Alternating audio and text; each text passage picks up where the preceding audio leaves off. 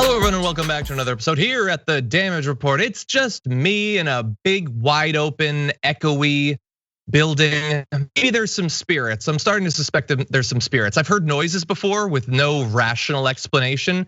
So that's how I'm doing as 2020 proceeds. But it's not just me and a creepy ghost-filled building. We also have Aida Rodriguez. How's it going, Aida? It's going well. You know, as doomed as I feel we all are at this moment, you always bring me joy. Thank you. I try. Look, if I can bring you, funny Aida herself, joy, then that is something, because you've been bringing me joy for quite a while. Including last night, by the way. Aida was on our Get Out the Vote special. We were talking about what you need to know to register and all of that. tyt.com/vote. We talked about myths and misinformation about voting, voter suppression, your rights, and all of that. And Aida, I was very glad to have you on that special. Thank you. It was great. You did a great job. Thank you, thank you. I would say the producers did a great job, and I did a great job of reading what they did. But anyway, some of that is probably clipped out and on the Young Turks channel if you want to see some of that. I can already see in the chat, people are going crazy because you're here. I don't think a lot of them saw the tweet. They thought that JR was here. JR has business he has to tend to today. And now everyone's like super excited for you to be here, and they should be. And for the more than 3,000 of you who are already here, please hit the like button, share the stream so that people know that the show's going on, and that more importantly, Aida's on it. Okay, that would be great. Thank you. And over the course of this hour, we're gonna be talking about a lot of stories, including the election, a little bit more on that. We've got Trump's white supremacy circus roadshow going on, attacking Ilhan Omar once again. We're gonna have her response. Fox still defending Kyle Rittenhouse. That's gonna be a lot of fun. But you know what's actually gonna be fun? Another ad by Meidas Touch. They do good work. A progressive PAC putting together hard-hitting ads. We're gonna have one of those focused on Kayleigh McEnany a little bit later on. So hopefully that'll be a little bit of fun. And along the way, if you tweet us, send in comments on YouTube or Twitch, send in super chats, all of that, both Aida and myself will be responding to those. So should be a lot of fun. With that, Aida, you ready to go? Let's go. Okay, let's do this thing. We're gonna get through today and the rest of 2020 together. It has become increasingly clear that Donald Trump already knows how the election is going to play out. Not in terms of the votes necessarily, he's not worried about that, but he knows what his strategy is, and he's being very open about what he plans to do to make sure that he wins, regardless of what the people want. Take a look at this video.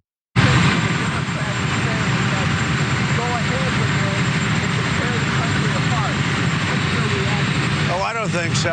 We need 9 justices. You need that. With the unsolicited millions of ballots that they're sending, it's a scam, it's a hoax. Everybody knows that. And the Democrats know it better than anybody else.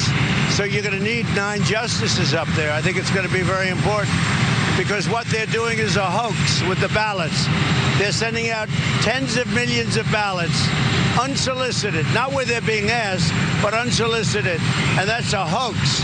And you're going to need to have 9 justices. So doing it before the election would be a very good thing, because you're going to probably see it, because what they're doing is trying to sow confusion and everything else.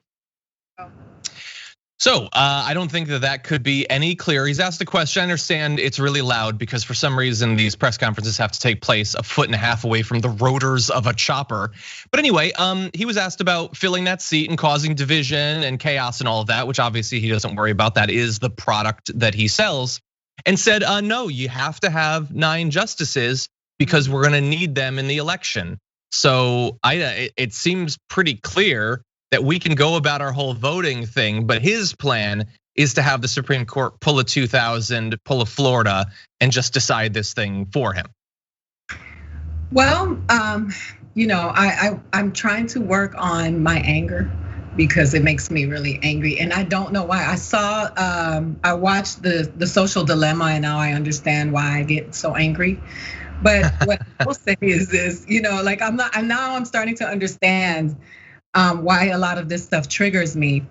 This is what I will say, is that people keep playing around. He used the word hoax. He has his trigger words that he continuously uses to stoke his base. When he says hoax, fake news, there's always those words to to get the people going who don't have all of the information, the people who are not doing the reading, they don't do the research, they're not paying attention to what's happening behind the curtain. So that's how you do it. Now you're talking about, of course, the evangelical base who are constantly being emotionally motivated through issues of like abortion, capital punishment. Of course, he's going to push for the Supreme Court justice seat to be filled because he knows that he is feeding his base, and his base may not know what facts are, what laws are, what separation of church and state really means. They're just believing in the devil, and they're believing that they're coming for our morality. And that's all he's got right now, because he can't move intellectuals, he can't move people who have information, who are informed and well read and know what's going on. So all he's got is his last stand. But I'm just going to continue to urge people to understand that he's coming for our democracy. These are the talking points of people who are dictators. They attack the media, they attack the process, they attack the credibility of the system, and then they offer a better solution, which is them making all of the decisions. And those of us who are raised by people who come from places like that, like me, whose stepfather comes from Cuba, we have a sensitivity to this because we know the talking points because we've heard them our whole lives. Yeah, this process is dark, it's horrifying, but it's not unique. It's not the first time a country has moved in this direction. And the only question is, do we want to be an inspirational tale of how a country regains their democracy and in fact, hopefully strengthens it beyond any state that it's ever been in from the very beginning, because it's been inherently flawed for literally centuries at this point? Or do we want to be another country that was once sort of democratic, sort of representative, and eventually just become some sort of Christian white nationalist autocracy? Is that what we want? And like I said in the title of this video, he's just admitting it. He's saying they will decide, and we all know exactly how this process is going to work. That's why I on the special we were talking about the fact that people need to get ready for this not to be election day but election week. It is going to take some time to count these votes if you want the votes to be counted. But if you don't, if you know that Republicans are going to skew towards voting day of and Democrats are going to skew towards voting by mail, that'll take a little bit more time to count, then what you want to do is you want to jump night of, say I'm leading right now, everything else has been fraudulent. I mean, I've been telling you that for like 6 months now. Supreme Court needs to stop these votes from being counted. That's the plan. Everybody needs to be ready for it. You need to be talking to people about this possibility. You need to be tweeting at Anderson Cooper and Wolf Blitzer and Jake Tapper and all of that to not like call the election night of, or if Fox calls the election night of, which it probably will, not feeling like, oh, we got to do what we did in 2000 and match them. No, we know exactly what's going to happen. Nobody gets to be surprised when it happens. And as journalist Matt O'Brien said, the president is like a Bond villain who can't help but tell us about his plan to rig the election. Now the question is, are we going to get out of their trap, or are we going to get our bodies cut in half by laser? That's basically what we need to find out. And this thing about the mail-in voting, it's not just rhetoric. As BuzzFeed reported last week, the president's re-election campaign and the National Republican Party are devoting millions of dollars to wage a state-by-state legal battle against mail-in voting during the coronavirus pandemic, not only suing state officials, but also intervening in cases where they aren't a party to limit how Americans can vote from home. In just a minute, we're gonna have a great example of that. But this is really my fear. It's that we already know exactly what election day is gonna look like, but a lot of people, I think they're gonna feel pressure to just go along with it. Well, if Trump says, we gotta stop the vote count, he is the president after all. That's my worry. The funny thing is that I don't like to feed some of the conspiracies. And you know what? I hate to use the word conspiracy theory because I know where it comes from. But then it makes you, like when you fall down these rabbit holes, because I like to read everything so that I can be informed about everything that's going on. Some of these people who believe that this virus was man-made to keep us at home so that they can take away our voting, it doesn't sound so crazy, right? Like I'm not promoting that, and I'm not saying that that's the fact, but then I understand why a lot of people who really are concerned, because they understand how long democracies last and historically what has happened with the democracies of the world and how our time technically would be up. So I get it. I think I understand why some people are up in arms, But it does seem a little odd that during a pandemic that the administration would be so opportunistic to say, all right, voting from home is not, we're not gonna honor that. That makes people look at you with a side eye. Exactly, and they've been saying that the Democratic governors and mayors are doing these lockdowns to benefit them somehow. Well, I'm already telling everyone exactly how election day is gonna go with the mail-in votes versus the day of votes. So if that's what we're worried about, then if we can just magically get rid of the lockdowns, that would make me a lot more comfortable in terms of day of vote. So like if you believe that crazy thing, then why would we maintain it when it's gonna make it a lot easier for Trump to try to put into effect his plan to steal the election? It doesn't make any sense, but these theories rarely do when you even scratch the surface. But I do wanna give people an example of one bit of this. This legal campaign from the Trump administration has had an effect that might end up making tens of thousands of votes simply vanish. So let me give you an example of that. So a Pennsylvania election official said Monday this week that the state's recent ruling governing so-called naked ballots, mandating that any ballots that arrive without a proper envelope must be discounted, could cause more than 100,000 mail-in ballots to be rejected statewide and could swing the presidential election because of Pennsylvania's key role as a swing state. Okay, so what does this mean? What is a naked ballot? So in like 24 states, you cannot simply put your paper ballot in an envelope, seal it, and send it. It will be rejected. You have to put the ballot in a secrecy envelope, and then the secrecy envelope in another envelope to make sure that it's harder for people to be able to look through the envelope and see your information. So that is an extra step, ostensibly designed to increase secrecy, but it's also a failure state where people could be trying to vote. They could forget to do this because it's complicated, and why would you have to do that? And then your vote actually doesn't get counted. And so you won't be surprised to find out that a court case was deciding whether those ballots should be nullified in Pennsylvania, and both the Trump administration and the National Republican Party got involved and pushed for them to be nullified, and they got what they wanted. And so 100,000 votes overall. To give you an idea of how much it matters just in a very limited area, in a letter to state legislative leaders, Philadelphia elections chief Lisa Deeley calculated that the ruling would likely result in 30 to 40,000 ballots being rejected just in Philadelphia, based on a 2019 election in which 6.4% of ballots were returned without the envelope. So you're talking about just in one city, 30 to 40,000 Americans, if this continues, will have their votes vanish. 100,000 overall in an election where Democrats are more likely to vote by mail because Trump has scared his followers away from doing that.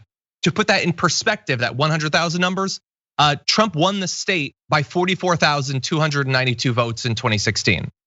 So this is why they're doing that legal campaign, because hypothetically, if you run the numbers, it by itself could be enough to win him some of these states.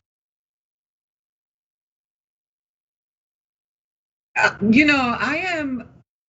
told you yesterday, I watched The Handmaid's Tale, and it just reminds me so much. And even though, art imitating life, I know some people say that I'm being ridiculous, but I can't stress to you enough how important it is to look at all of these intricacies, right? And it makes me want to create like a task list to remind people to do this in Pennsylvania, like that we have to take the extra steps. Because at this point, I mean, I'm not crazy about Joe Biden. I've never been a Biden, flunky, and that's what people are calling me, a sellout. And I'm like, yeah, you don't understand that what's at stake. And if for my people of color, Black people, Latinos, marginalized people, gay people, trans people, if you think it's bad now, imagine being ran by a dictator who is siding with people who think that what we are and who we are is bad and less than. It's like it is the lesser of two evils, but it's not denying one evil. But at this point, listen to the things, and I think the average person doesn't know this, John. Like what you're saying right now, they don't. Because when Fox News is reporting, they don't report this to the people of the great state of Pennsylvania. Because if they really were to uphold democracy and what the United States stands for, and they really wanted to give out the news, then they would give out all of the news so that their listeners and their viewers could get for informed decisions about voting. But they're not doing that because everybody is like rooting for a side. We've become the Red Sox and the Yankees. Yeah. And that's all the distraction. We're so distracted by all of this dumb stuff that they're really working behind the scenes to snatch it all away from us. And we just don't even pay attention. We're not paying attention. Exactly. There are already so many obstacles. There's so many ways that your vote is made less influential than it should be. So many things like this. And Trump and Republicans over the past few years have increased those. They will continue to do that. Anyway, that's one of the lessons that we try to get across to people. Anyway, if you're in Pennsylvania or in one of these other states that require secrecy envelopes, put the secrecy envelope on if you want your vote to count. And if you're in a state like Pennsylvania, you definitely want it to. Because as of right now, 538 projects that there's a 31% chance that Pennsylvania will be the state that is the tipping point for the election. That is not nothing. Okay, there's a very good chance that it might come down to Pennsylvania, which means we can't afford to lose a single vote. Some of these states were so close already. They're almost certainly going to be closer artificially because of actions like this. We need to talk about a relatively new show called the Republic, or UNFTR. As a Young Turks fan, you already know that the government, the media, and corporations are constantly peddling lies that serve the interests of the rich and powerful. But now there's a podcast dedicated to unraveling those lies, debunking the conventional wisdom. In each episode of the Republic, or UNFTR, the host delves into a different historical episode or topic that's generally misunderstood or purposely obfuscated by the so-called powers that be, featuring in-depth research, razor-sharp commentary, and just the right amount of vulgarity. The UNFTR podcast takes a sledgehammer to what you thought you knew about some of the nation's most sacred historical cows. But don't just take my word for it. The New York Times described UNFTR as consistently compelling and educational, aiming to challenge conventional wisdom and upend the historical narratives that were taught in school. For as the great philosopher Yoda once put it, "You must unlearn what you have learned." And that's true whether you're in Jedi training or you're uprooting and exposing all the propaganda and disinformation you've been fed over the course of your lifetime. So search for UNFTR in your podcast app today and get ready to get informed, angered, and entertained all at the same time.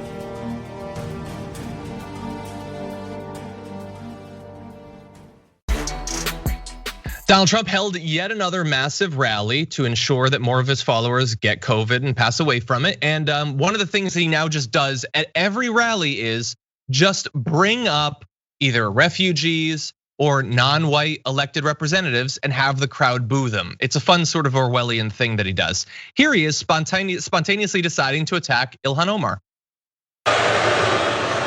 We're going to win the state of Minnesota because of her, they say. He's telling us how to run our country. How did you do where you came from? How is your country doing? She's going to tell us, she's telling us how to run our country. Okay, so there's like 20 things that are absolutely awful there.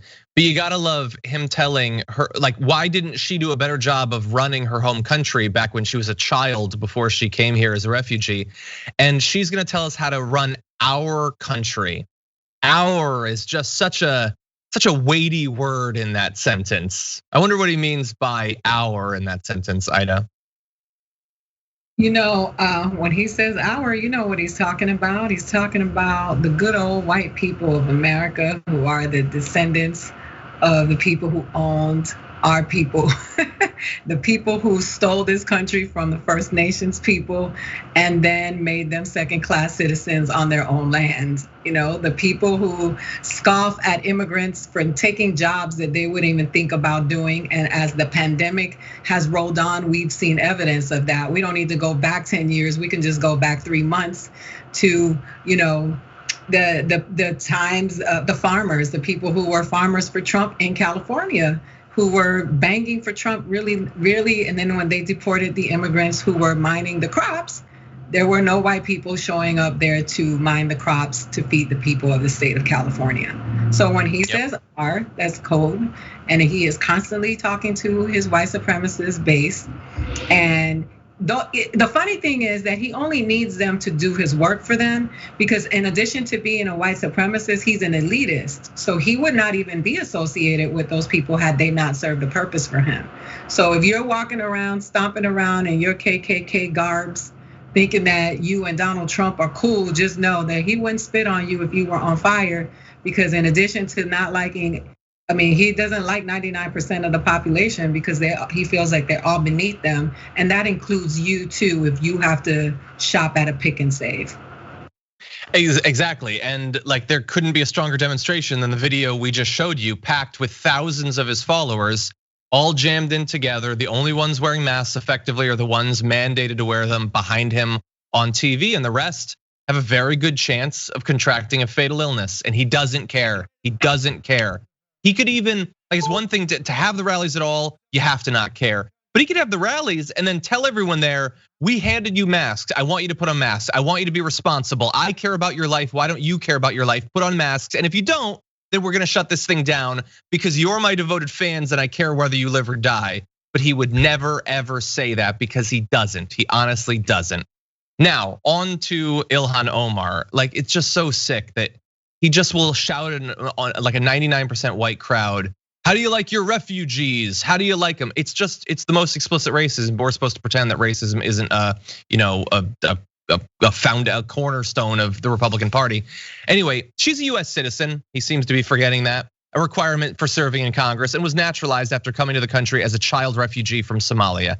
She responded directly to him saying, firstly, this is my country, and I am a member of the House that impeached you.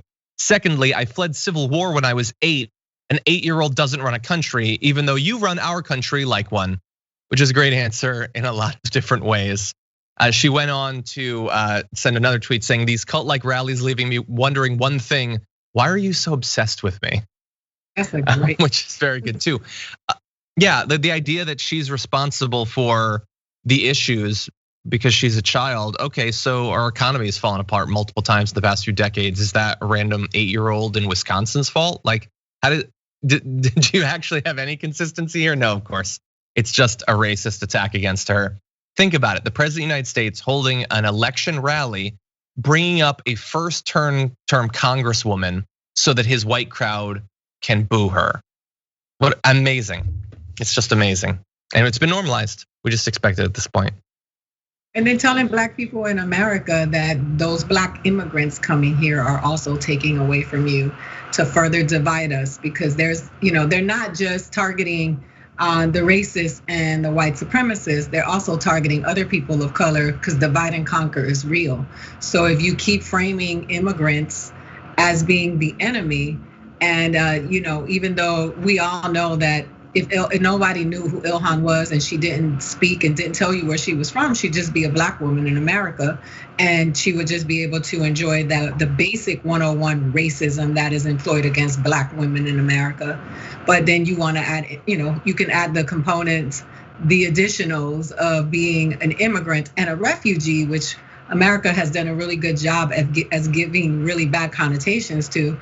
So now we're dealing with the complexities of the division, even within the communities of color, black people, and you get it with the Haitians, you get it with the people that come here from Africa, the talking points from white supremacy telling us that they sold themselves into slavery. So all of that is, I feel like it sounds like I'm off topic, but it's all connected, because when you frame her as being an immigrant, you don't just have white people who are racist hating her. You have black Americans who are hating her, and so you're feeding all of the hate from all over the place because he has to cover his bases.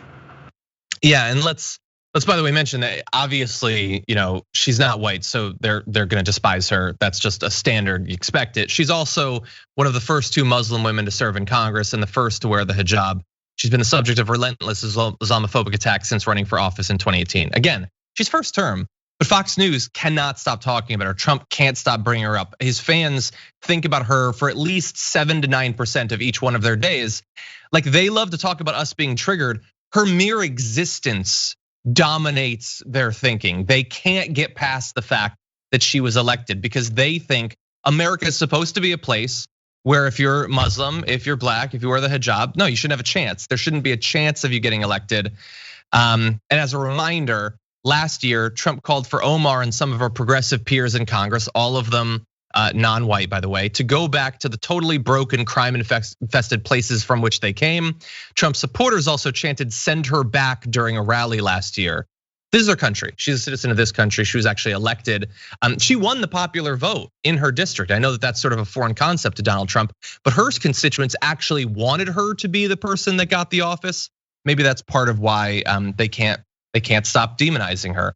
And some of them, like Marjorie Greene, putting ads where she's holding an AR-15 and the faces of AOC and Rashida Tlaib and Ilhan Omar are posted there.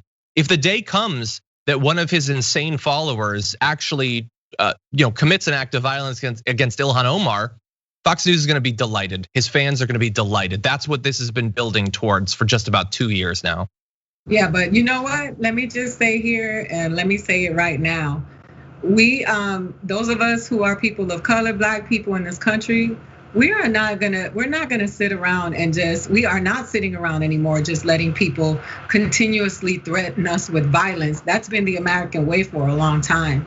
So all of this, romanticizing of the violence against these women of color, which one of them, Puerto Rican, which is a territory of the United States, but honestly, we know it's really a colony of the United States, is, this talk, you have these crazies, you have these ignorant people who are constantly speaking violence and putting their guns in the air as if they're the only ones who have guns.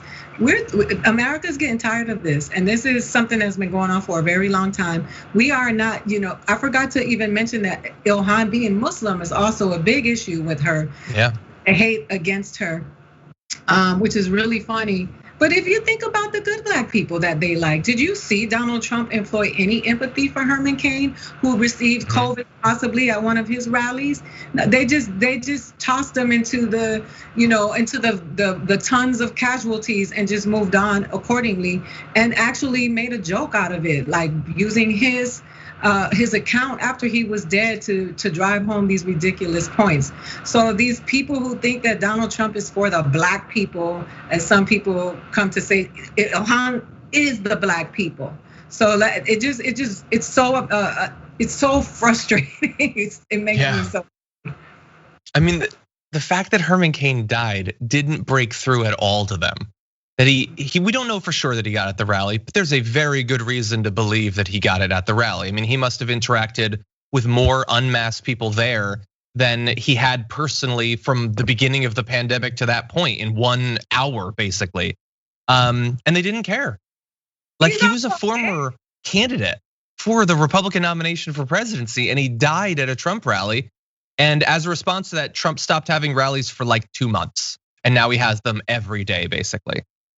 But he's dead though, he's dead. That's the point, is that he is dead, and it's like nothing happened. Like nothing happened. And it's I don't understand what it takes. I don't think Joe Biden has been the best for black people either, nor Kamala Harris, but I just think that Donald Trump is an outright white supremacist. You can be a bigot all you want in your own home, but when you are participating in the laws and the rules of the country that affect black people and people of color, now we really got a problem. Yeah, 100%. We have a little bit of breaking news. A grand jury has apparently indicted former Louisville cop Brant Hankinson in death of Breonna Taylor. I cannot say that I was expecting this. I don't know how many people were expecting that. And by the way, that is not the end. That is not in any way the end. But it's something, I suppose. I don't know, Aida, what do you think? Are you surprised by this? I don't know if I'm surprised. I feel a little indifferent about it, because I will tell you, I know we went from people not getting indicted or they just losing their job. First of all, they wouldn't get in trouble because it was legal for them to do it. Then it became something where they'd be on desk duty for a while and we would never get an indictment. So now we're at the indictment phase, and I believe in the Laquan McDonald case there was a conviction. So that is what we look forward to, is a conviction, because there is no money that is going to make up for that life. I know my friend is the attorney, my mentor is the attorney in Breonna's case, and I know that they did get the 12 really? Yeah, Benjamin Crump. I just think it took so long. I mean, it took basketball, Hollywood, everyone on the ground that is not part of, celebrity America to say her name for this to be something that could happen.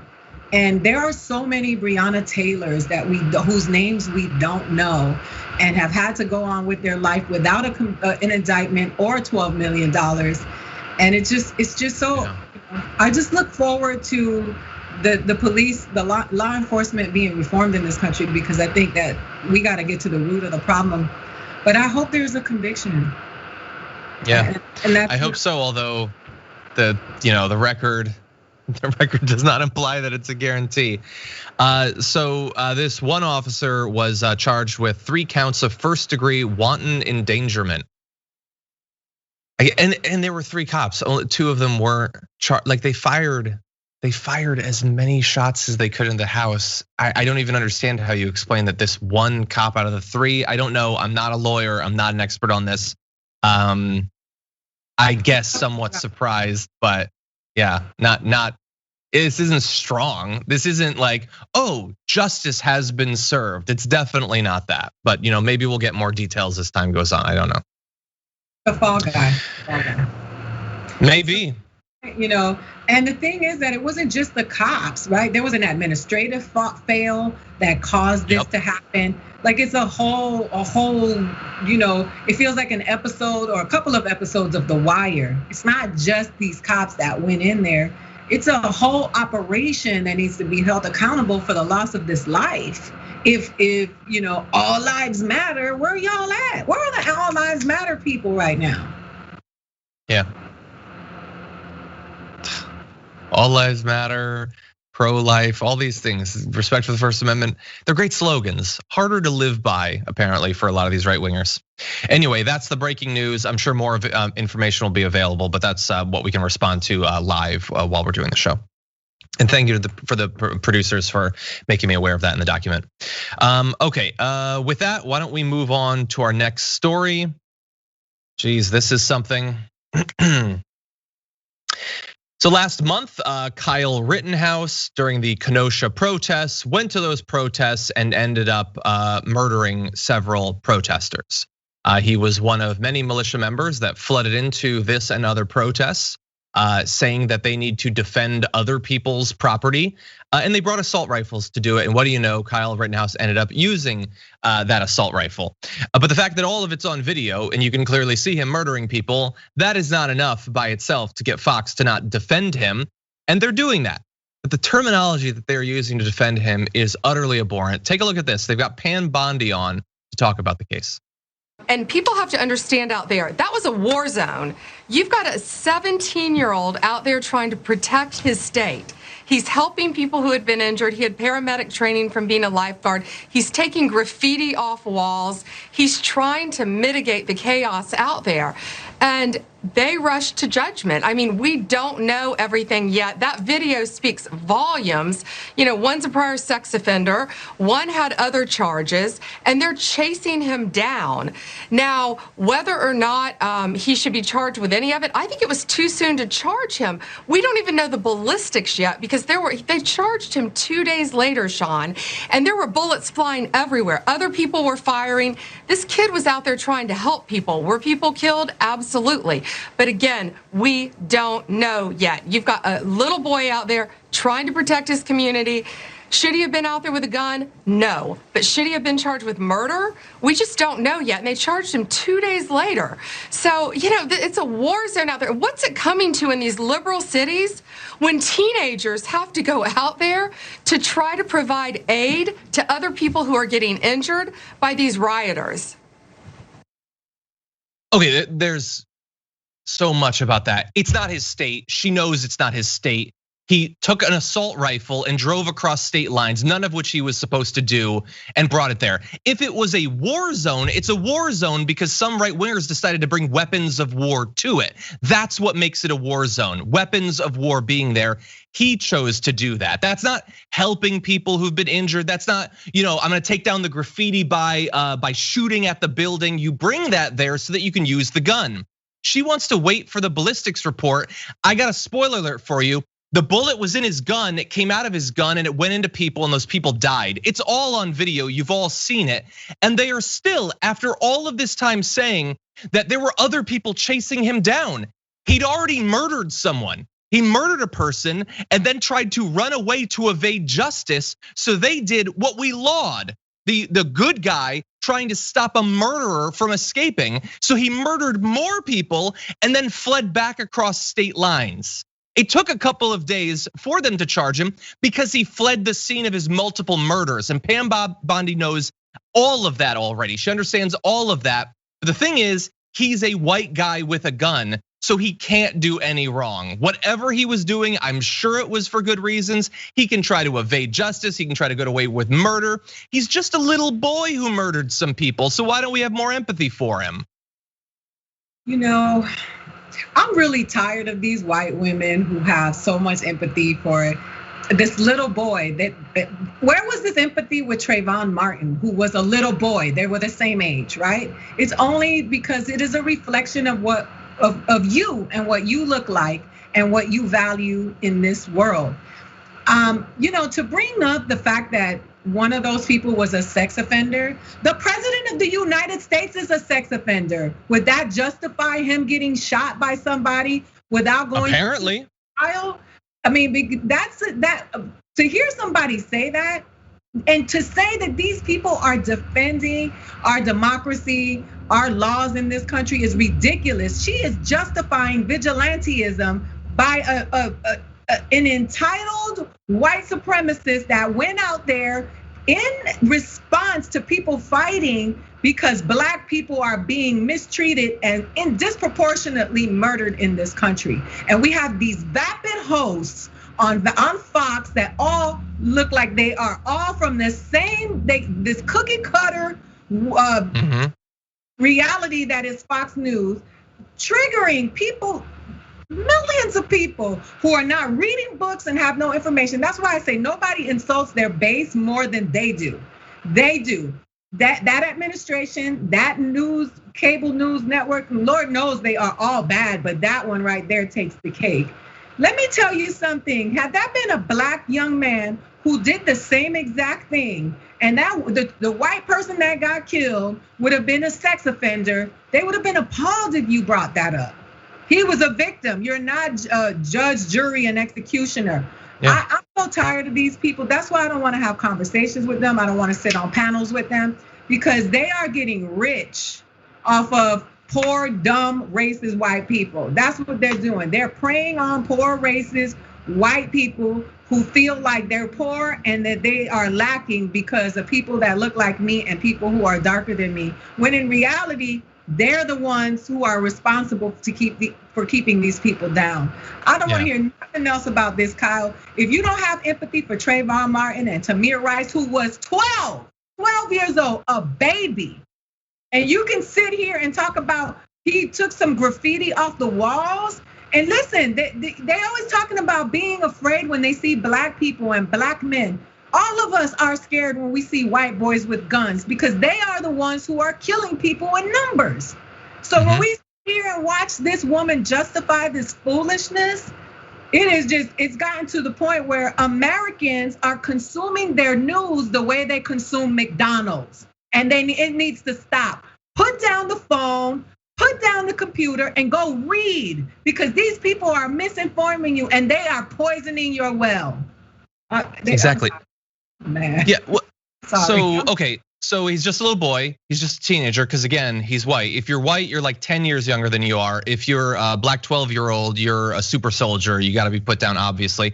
So if Trayvon Martin had just had an assault rifle when he was being followed, stalked through his neighborhood by Zimmerman, he should have just turned around and gunned him down because he's being chased.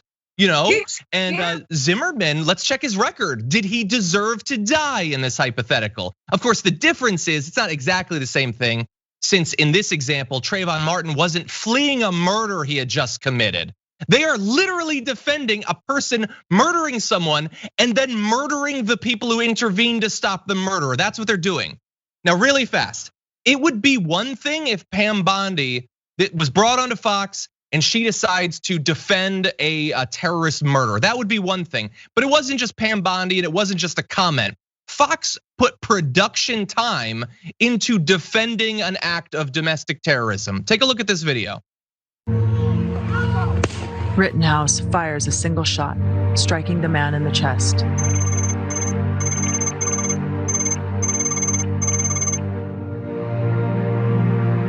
A third protester fakes as if he's surrendering, then suddenly advances with a handgun aimed at Rittenhouse.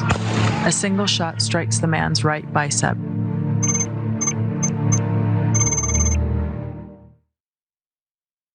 So they put together a video saying, if after the fact the people that you murdered had any kind of record, you're now justified in murdering them. So what did Kyle Rittenhouse have a little database in his pocket that he was checking before he fired his assault rifle? He's checked, oh, this person ever been wanted for anything? Well, then that justifies murder. Again, this is the Christian network that's justifying murder. And again, they faked as if they were surrendering, and then he pointed a gun at him. Kyle had already murdered someone. We have always agreed as a country that if someone is on a murder spree, it would be ideal if someone could stop them. That's what we say. Trump even said that he would have ran without a gun into Marjorie Stoneman Douglas School to stop the gunman. Well, apparently, if Trump had done that, the gunman would have been justified in murdering Donald Trump, because he was, after all, trying to stop him, and Trump has a record. He's been sued any number of different times. This is lit. They put that together as a network, justifying continued murder. Not the first murder, but the continuation of a spree of murders that Kyle Rittenhouse had been engaged in. And obviously encouraging more people to do it. Those bodies are already in the ground. They already got what they wanted. They killed some protesters. I'm worried now about more Kyle Rittenhouses who are watching Fox News and being told every day, look how justified you are in grabbing a gun and going to a protest so that you can go murder some people. That's what they did. Fox News, maybe they're protected in some kind of way, but that is literally justifying murder. That is inciting more violence. I don't know how they get away with this. Yeah, absolutely. And those guys are heroes. The people who died in combat to take down a murderer, a man who was out there killing people and assaulting people's right to protest in a country where they have tried to normalize the murdering of Black and brown bodies, which it's been justified forever. Those are heroes, right? Those people who tried to stop him should be considered heroes. And listen, it's gonna get worse. It's gonna continue, because look how we've devolved. Look at all of the stuff that has happened. They're trying to normalize violence, and they do. They normalize the violence all the time. They commend it. To do a video and to put the victims on trial is what they are constantly arguing against every single time that one of Donald Trump's cohorts and sycophants get accused of a crime. You cannot convict somebody without a trial. We are innocent until proven guilty, unless you are running up against a white boy who's decided to kill people out of protesters that are fighting for the right for Black lives to matter. 100%, 100%. There is nothing that could be done that they wouldn't defend. I mean, when Cesar Sayoc was sending pipe bombs to Democrats, remember that? We've all forgotten that, like, a super fan of Trump sent pipe bombs to all of the people that Trump would regularly rail against. No, they defended it. No, I mean, he wasn't really trying to do it. It was serious. I mean, the bombs didn't go off, so like it doesn't matter that a guy tried to assassinate a bunch of politicians and kill members of the media. And Trump to this day still demonizes the media. Now, one of his regular things at his rally is to mock Ali Velshi for being injured by the cops and just talk about the cops beating people down and how great that is. Isn't it great? Isn't it a beautiful sight to see them assaulting journalists? God, there are still so many people in this country that are asleep, that don't understand what we're going against, that have crafted this world that I guess is very warm and comfortable and cozy for them, where this isn't an actual dark, horrific place that we've gotten to. It's all the same thing. I can get whatever I want, whatever my political strategy is. That's probably good. It's not a problem that we have a president who is trying to weaponize white supremacy to hunt down and murder peaceful protesters and possibly his political opponents. That's not a bad thing. More and more White House officials, both current and former, are revealing what Donald Trump actually is. Lots of them are doing it anonymously, very brave, but at least we're getting the information. So take a look at what Trump has said about different groups of Americans behind closed doors. After phone calls with Jewish lawmakers, Trump has muttered that Jews, quote, are only in it for themselves and, quote, stick together in an ethnic allegiance that exceeds other loyalties, officials said. I mean, can you imagine if a Democrat, if there were on the record sources to the Washington Post saying that Biden had said that? Every head. For Trump, no, it's fine. No, couldn't possibly be anti-Semitic. This, sort of vaguely neo-Nazi movement couldn't possibly also be anti-Semitic, couldn't possibly. And so this news, we're saying it, and then it'll be gone in a day, and no one will care. The other thing is that people. And I know that I'm probably gonna get it for this, but I'm gonna say it anyway. There's always this attack on Jewish people for sticking together after they had to survive and endure a Holocaust, right? I wish Black people had that in America, had an allegiance to each other. The divide and conquer that has been sprinkled upon us from white supremacy has disabled us from having a sense of unity. Latinos, Latinx as well, indigenous people. So and not to say that what he's saying is correct and okay, but to demonize a group of people whose children and people and grandparents have been put into ovens and murdered, and saying now we gotta have each other's back because history shows us that when we trusted others, this is what they did to us. And to say that as if it's a bad thing, I think is anti-Semitic, because they are sticking together because they have to. They have trauma bonded. And exactly. It's so funny to me to hear people say, you hear about the Jews, they sticking together. Like, I wish we had that. I wish to God, the universe, or whatever you believe in, the trees, that people of color, Black people had that sense of unity, because we wouldn't be under America's foot for so long. 100%, 100%. Yeah, and again, like, oh, Barry Weiss is gonna write such an op-ed about this. But no, and she could interview them. She could track down those sources and talk to them about it. Is she gonna? No, of course not, because anti-Semitism is only a thing if you can twist an Ilhan Omar tweet into something. That's it. If Trump is like openly talking about this, that's nothing. Anyway, it wasn't just the Jewish Americans though. In unguarded moments with senior aides, again, senior aides, President Trump has maintained that Black Americans have mainly themselves to blame in their struggle for equality, hindered more by lack of initiative than societal impediments, according to current and former US officials. Yeah, I mean, he's kind of got a point. They really should have more initiative. Why didn't they get hundreds of millions of dollars given to them by Papa? Why didn't they do that? That's what initiative is about. Have a business and a fortune given to you and squander it for literally decades, doing no better than you would have done if you just put it in a savings account over that time. Why don't they have that kind of initiative? And again, him saying these sorts of things, like, first of all, go on the record. But anyway, it's just gonna be ignored. What's the difference? What's the difference? Yeah. Well, you know what? And I will say this, because even not just Donald Trump says this, but a lot of people who are in positions of privilege and power dare to say that to people of color, Black people. And I will go on record to say that I'm not qualified to speak on behalf of all people, Black and people of color alike. But I will say that a lot of these mother crackers that have all this money and have all this wealth have built it on the backs of our ancestors. And now they taunt us and they flaunt it in our faces. Run Black people in America back their reparations. Run all of the descendants of the slaves back their reparations from France to the Dutch. And then we'll see who's wealthy in this country, built on actual work.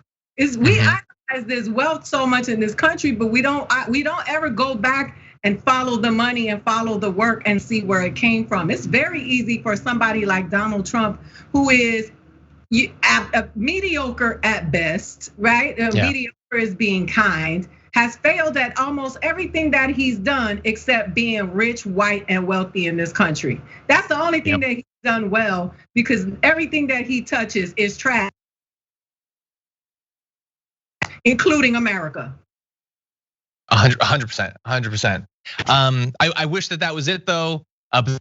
There's more from this Washington Post report. Trump's private musings. I love to call his sort of decayed brain racist rants musings. Anyway, Trump's private musings about Hispanics match the vitriol he has displayed in public.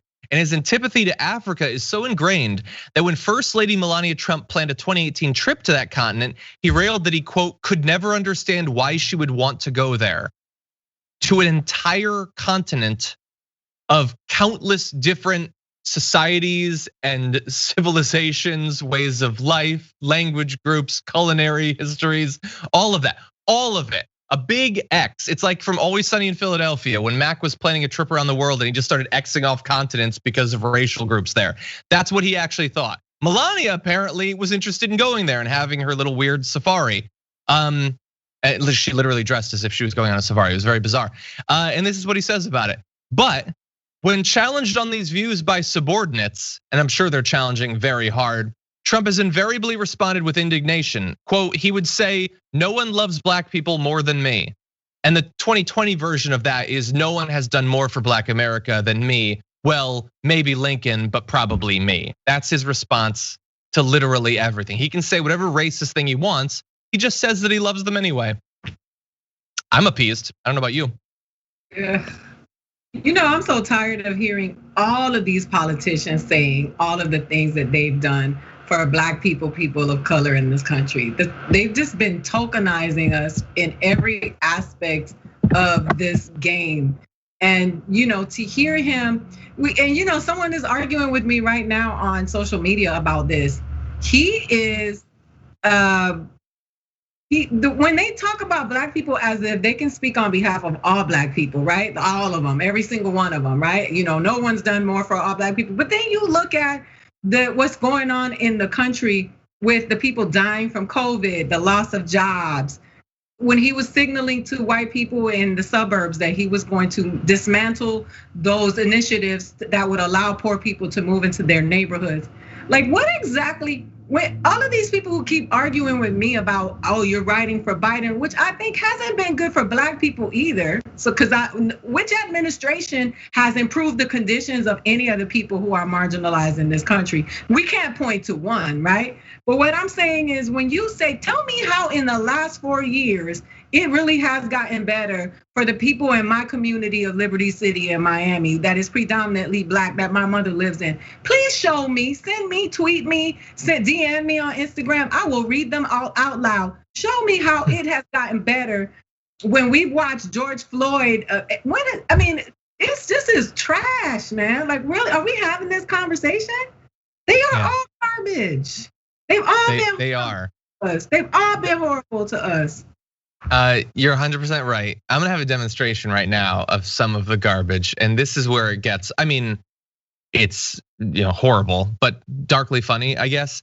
So Trump has got this profile in the Washington Post about all the racist things that he constantly says, and there's also a defense of him, by the way, from some of these officials saying, yeah, sure, he said these things, but I want to defend him. I'm gonna give you 3 different defenses that were provided in this article, each sadder and more pathetic than the last. So the first is, one former official said, Woodrow Wilson was outwardly a white supremacist. I don't think Trump is as bad as Wilson, but he might be. So that's the first. He's not as explicitly racist as Woodrow Wilson, or maybe Jackson or something like that.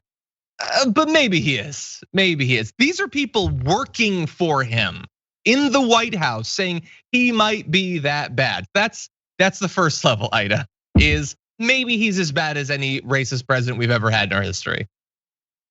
I think that sitting down, breaking down, and playing the who's the least racist game is so toxic and dangerous for people of color, because what we need is actual reform and change. We don't need these white people to like us. We need them to get out of our way so that we can have life that has quality. And I think that that's where there is, because there are a lot of white people that are mad who hate us and don't want to be forced to like us. And what we keep saying is, we don't need you to like us. We need you to get out of our way, because we have skin in the game. We've come from people who have worked to build this economy, and we would just like to have our lives. And if you don't want to live in a neighborhood with us, then don't gentrify our neighborhoods. Go live somewhere else. Yeah. You know what I mean? Stay out of our way is what we're asking, because apparently your presence in our lives are dangerous for us. And we have to do the framing. It's not the other way around when Black people come around. No, when you think about Parkland, when you think about Connecticut, when you think about the Aurora, who are the assaulters going in there murdering people in numbers? Just get out of the way. Get out of the way. Donald Trump is a racist. He's not good. He's an elitist. He's a sexist. He is not for anybody who has ever been marginalized in this country, including poor white people, whether they want to admit it or not. And all of these flunkies are following suit because to them, power is more important than humanity. So when we have these conversations, you can miss me with all of that. Donald Trump has not improved the conditions for any Black people in this country unless they're in the top 1%. Yeah, 100%. And in terms of the excuse making, this is where we turn to our second defense of Donald Trump in this profile. So this is a third former senior administration official, says, I don't think Donald Trump is in any way a white supremacist, a neo-Nazi, or anything of the sort. But I think he has a general awareness that one component of his base includes factions that trend in that direction. So I got news for you. If you're not a neo-Nazi, a white supremacist, or whatever, but you will play to that part of your base, I got news for you. You're a white supremacist. That's what that is. If you're trying to stay in political power by appealing to white supremacists, you're a white supremacist. You don't get to be like, no, I have no negative thoughts when it comes to race, but I'm gonna milk everyone who does. That's not how that works. It certainly shouldn't be how it works. Okay, you want the third? The third defense, we don't have a graphic for this, but I just thought it was amazing because this is such an own of Donald Trump in multiple ways by people doing their best to defend him. So after all of those things that we just told you that he's said, several officials said that Trump is not a disciplined enough thinker to grasp the full dimensions of the white nationalist agenda, let alone embrace it. Others pointed out that they've observed him making far more offensive comments about women, insisting that his scorn is all-encompassing and therefore shouldn't be construed as racist. This is a quote I'm gonna give you from a former a senior White House official saying, this is a guy who abuses people in his cabinet, abuses 4-star generals, abuses people who gave their life for this country, abuses civil servants. It's not like he doesn't abuse people that are white as well. How could he be racist? He hates women, doesn't he? How could he be racist? He was mean to Jeb Bush. This is the defense of a senior White House official who worked with him possibly for years. The best they can say is, well, he's no more racist than he is horrible in literally every other way. And that he's not a disciplined thinker to grasp the complexities. The comedy writes itself. Like, he's too dumb to be a white supremacist, guys. Like, he's not that smart. He doesn't know what the tenets are of being a supremacist. How dare you call him that? That's just, I don't, we've devolved, like, I know now why I get messages from people, my friends that live in other parts of the world, and we're the laughing stock of the world. And it happens because we've been so smug and snarky towards everybody else. But it's just, that's embarrassing for somebody who knows you closer to your vest than most of us to say, he's not a disciplined enough thinker. I mean, I never heard code for dumb like oh my God. I mean, I think I'm gonna start using that. I'm gonna start using that. Because the dumb people don't know that he's calling their president dumb, right? Exactly. It's very carefully targeted there. Man, who needs enemies when you have defenders like this? I can't believe that I skipped over that. I'm so glad that you mentioned it. He's too stupid to be a Nazi. Yeah, put that on his gravestone someday. Unfortunately, I got news for you. There were smart Nazis and there were dumb Nazis. You can be as stupid as you want and also be racist as hell. So it's not a good defense anyway, but it is awesome that it basically owns Trump beyond what I can usually accomplish. Yeah. Anyway, okay. With that, we're a bit over. We're gonna do this last story really fast because it is pretty quick and maybe will make us feel a little bit better. We'll see. So we're gonna transition immediately into this. Progressive PAC Meidas Touch is back with another hard-hitting ad, this time hitting Kayleigh McEnany, the press secretary, for her unthinking, uncritical defense of Donald Trump every step of the way during this pandemic. This president will always put America first. He will always protect American citizens. We will not see diseases like the coronavirus come here. The 15 within a couple of days is going to be down to close to zero. This president has this under control. Right now, we're proceeding as normal. Joe Biden's looking for an excuse to get off the campaign trail. 50 or 60,000 people. 65,000 people. 75, 80 or 90,000 people. They had minimum numbers of 100,000.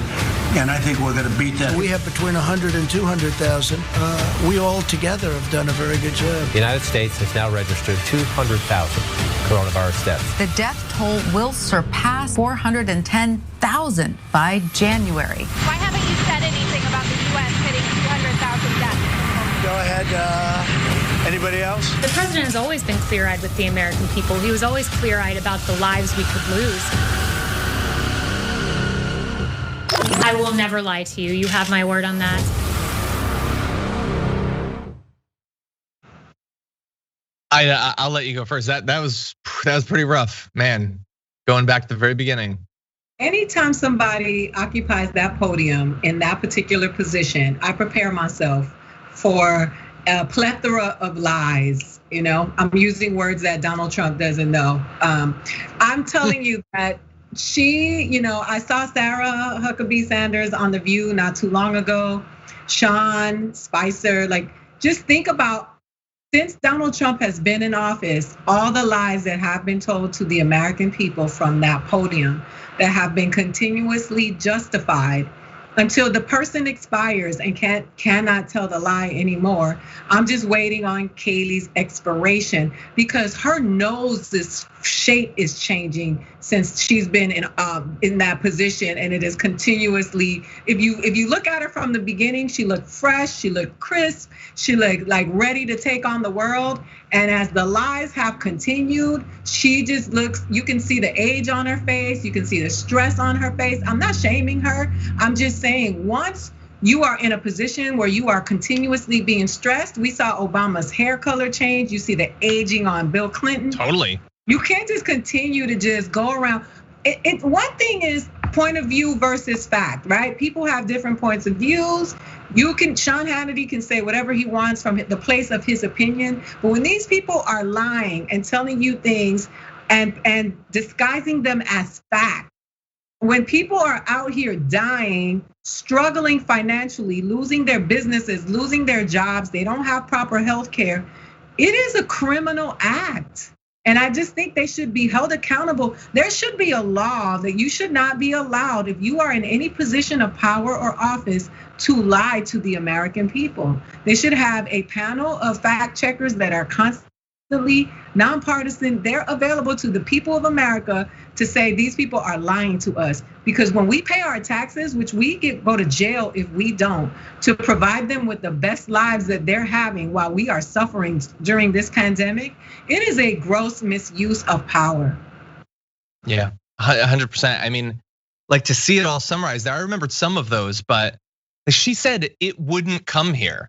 I heard her. How is she not being asked about that literally every day? It was already here then. Maybe we didn't know it, I guess, although they probably did.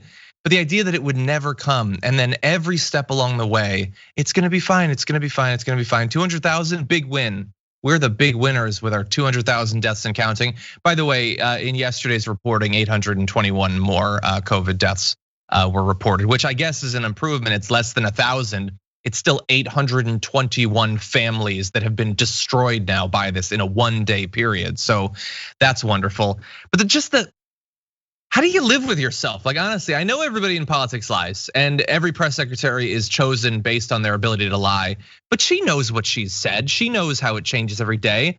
We know over the weekend when Trump did his little rally and he said it affects virtually nobody.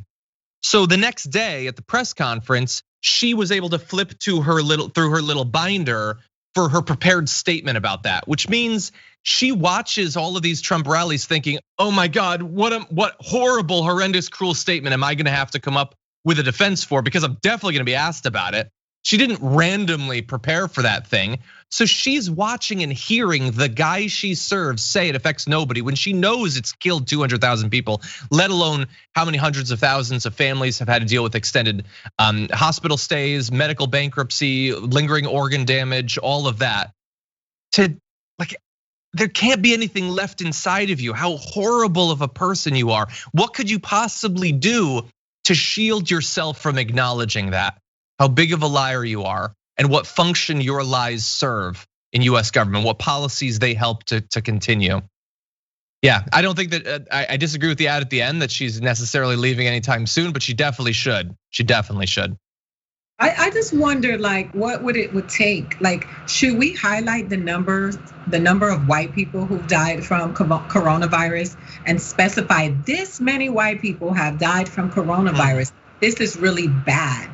Like, I don't understand what it will take, because the problem with this country is this celebrity worship, John. These people do not look at these politicians and public officials as what they are. They idolize them. They're not constituents. They're part of this cult where they think these people are like Cardi B and Kim Kardashian.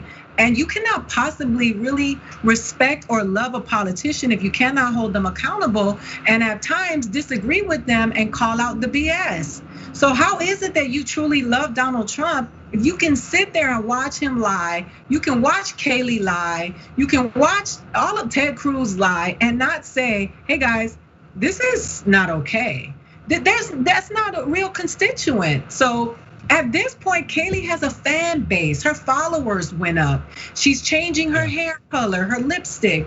And you know what? People are dying, and white people are dying too. It's not just a black and brown virus.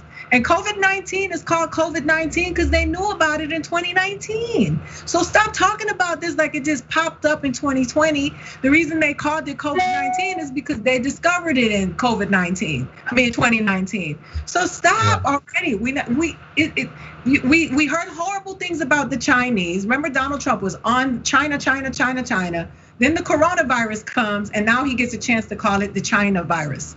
It's like, man, I feel like we're in a bad movie. We're in a really bad movie. Well, every movie has to end sometime, right? Maybe it's coming. Maybe we're in the final act. I don't know. We'll see. But everything gets a sequel these days.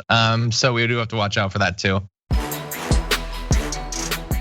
This extended pandemic, the lockdowns, the uncertainty about when things will go back to normal, especially in the areas of, for instance, schooling, has produced all sorts of pressures on parents and on families, some more than others. And joining us now to talk about one attempt to allay some of these added pressures, we have the CEO of Floreo, Vijay Ravindran. Welcome to the Damage Report. Hi, thanks for having me. Glad to have you here. So tell me about Floreo and how it's going to help to deal with some of the added times and pressures and being stuck at home for some of these families. Yeah, so Floreo focuses on helping special needs families, especially kids with autism. What we do is we use virtual reality to create scenes that are clinically designed to help kids with developing social and behavioral skills. These are some very skills that they might be working on if we didn't have a pandemic and we were having special education classrooms and at-school specialists working on different types of social and behavioral skills for development. And so what Floreo does is we use virtual reality to allow the child to experience these scenes and develop these skills. And when the pandemic hit, we rushed a capability that is now being used actively by some schools and therapy clinics where we enable distance learning-based delivery of that virtual reality. So you can have a virtual reality headset in the home of the family and either having a parent working with them in person, which is of course great if you can have that happen. But in other cases, to have specialists from the school system or a therapy clinic be able to over the internet in a telehealth or distance learning style work with the child on delivering social skills. Well, yeah, I can certainly imagine how that would help.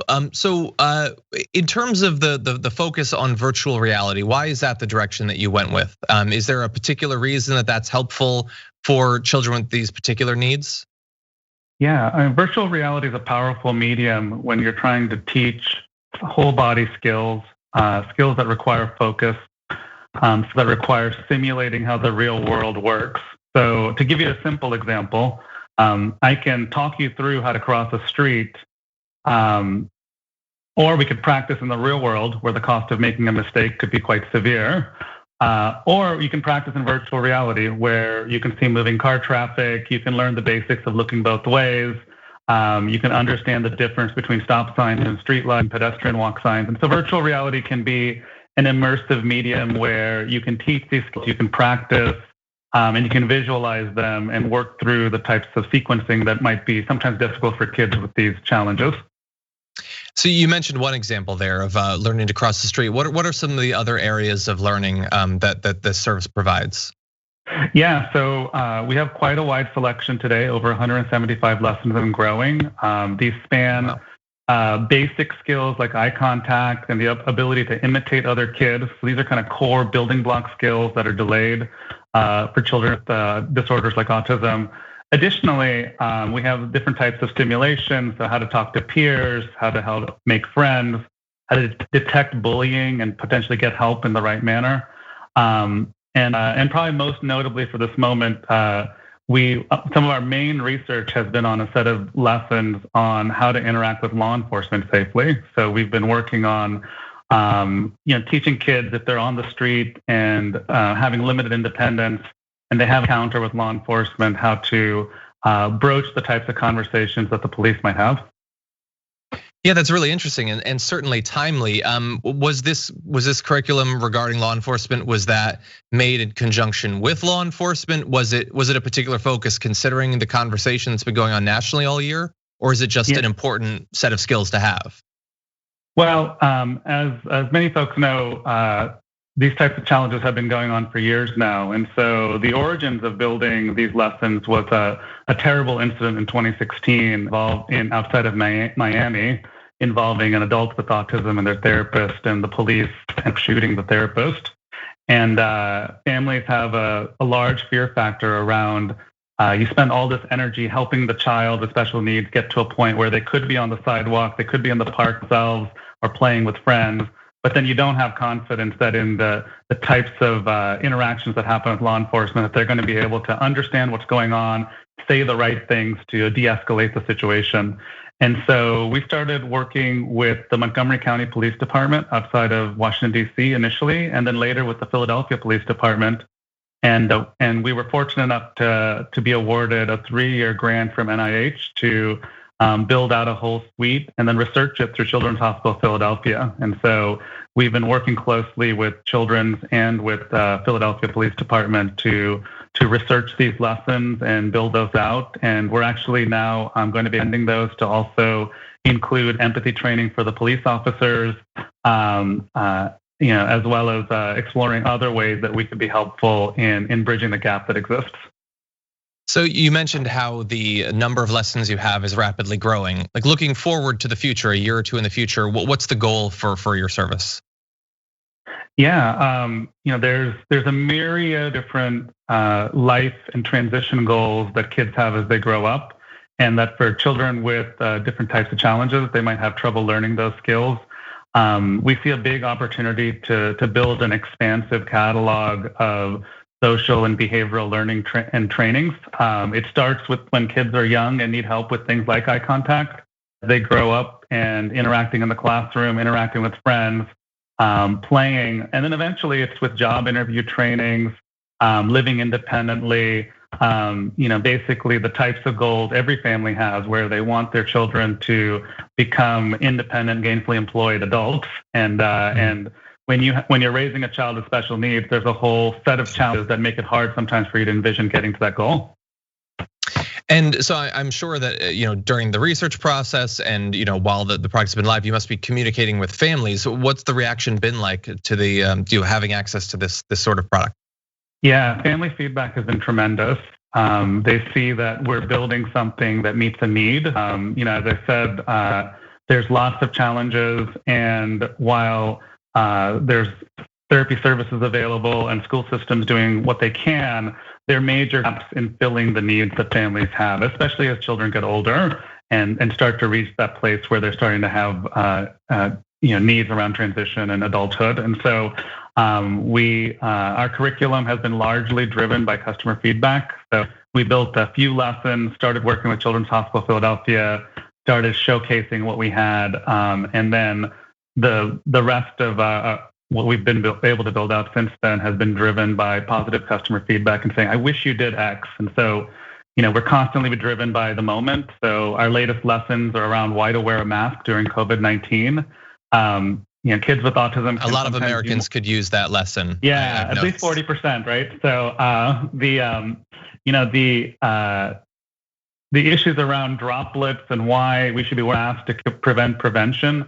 Sometimes having extra levels of visualization and being able to literally understand how two people can be infecting each other in proximity can be helpful. And so the lessons we've built use virtual reality to show what it looks like for the droplets flying around, what would happen if you put a mask on, what happens when you yell and cough, and some of the other things that we now know potentially contribute to transmission rates. Awesome. So if someone is watching this and they're interested, maybe they have a family member that they'd like to introduce to this, where can they find out more information about the service? Yeah, we would love for you to go to our website, floreotech.com, FLOREOTECH, and you'll get information there both for yourself as a family if you're interested, but also if you want to introduce your school system or your clinic that you're going to for therapy services. Special needs families are suffering right now during COVID-19. Special education, just a lot of it doesn't work over video conferencing. And that meanwhile, it's potentially very challenging to go to a clinic right now. It's hard to maintain social distancing.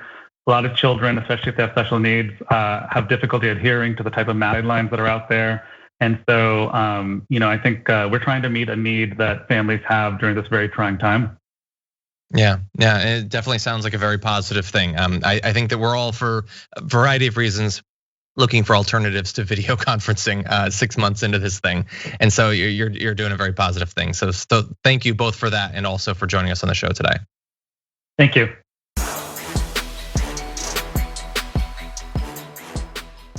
Thanks for listening to the full episode of The Damage Report. Support our work, listen ad-free, access members-only bonus content, and more by subscribing to Apple Podcasts at apple.co/TYT. I'm your host, John Adarola. I'll see you soon.